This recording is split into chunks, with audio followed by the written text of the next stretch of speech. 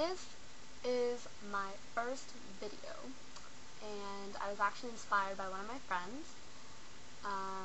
who is quite funny, I think. And I'm aware that my web camera is terrible, and I hope you enjoy my little webcast.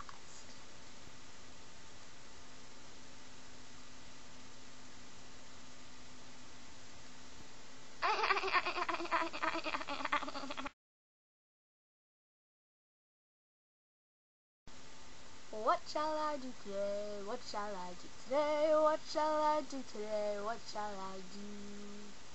Now, does anybody know what theme song that is from? I'll give you a hint. A girl with braids, and she's freakishly strong. Any guesses? Pippi Longstocking. Best cartoon ever. Girl power to the max.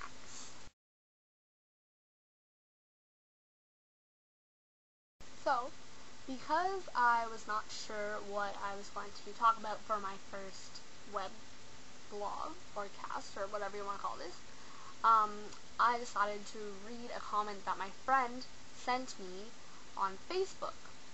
Now, it's quite random, but it's really funny because it's really, really stupid. This guy is one of the funniest, coolest people I've ever met in my entire life. And so, this is what he sent me. Part 1. I look up to you like a midget looks up to a basketball player. A little metaphor. You have a nice yes arm motion. It really emphasizes your love for pesto. I do this when I really like something, and apparently I say yes when I do it. Just how I am. You make me laugh, which can sometimes make me pee. Not really, but you get what I'm trying to say. Which I thank you for because my body isn't healthy without a regulated bladder. Who knew your jokes could ultimately be saving my life? And one day my bladder could have exploded if I didn't laugh. Thanks a bunch.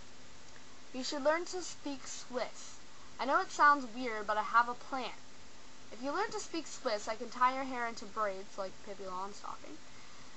And I could say to people, my Swiss friend owns her own cheese stand, and they would totally be jealous. I would be jealous. And that would be awesome. Someday I will stab you in the hand. Nothing serious, just enough to get the point, and make a mark. I know it sounds crazy, but then later I could say, remember that day when I stabbed you in the hand? And you'd say, yeah, and giggle. And we'd most likely laugh for an hour, which would be awesome. And you'll never forget it because you have a scar, and I'm always thinking ahead. Always thinking ahead. He is. He's quite funny. Part 2. You plus me equals the greatest duo ever. We'll be belting out high notes at the Tegan and Sarah concert, which we are going to in January on the 19th, which I'm really excited for. People will turn around and pay attention to us instead of Tegan and Sarah. I feel bad now because I would never make fun of Tegan and Sarah. They would understand, though. It's all in the name of good fun. He is so random. If I saw you now, I would most likely yell out a random word like double-decker because I know we would both absolutely lose it, and I would never laugh as hard as we did that day. I've never laughed as hard with someone in my life. Ah ha ha ha ha. That's what it says. I'm not just trying to be corny. I want to pay for your surgery. You know how your hand gestures are pretty much the best thing in the world? Well, he says that because I'm Italian, and anyone who is Italian knows that we speak with our hands, and anyone who's watched Russell Peters and believes him thinks that we were all deaf at one point because we speak in the sign language. I would get you a hand enlargement and dye your hands a really bright color so everyone can enjoy. Big, colorful, enlarged hands. Doesn't that just blow your mind? Blow your mind. On second thought, though, no. If too many people see your hand gestures, they wouldn't be as special, so I'll spare you the pointless and painful surgery. You're welcome. I would build an underwater castle for you, because how completely awesome would that be? Talking to sea turtles and everything, just amazing.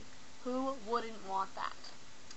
If I could sing a song for you, it would definitely be something really embarrassing so everybody points and laughs at you and thinks you have a whole bunch of weirdo stalkers who serenade you.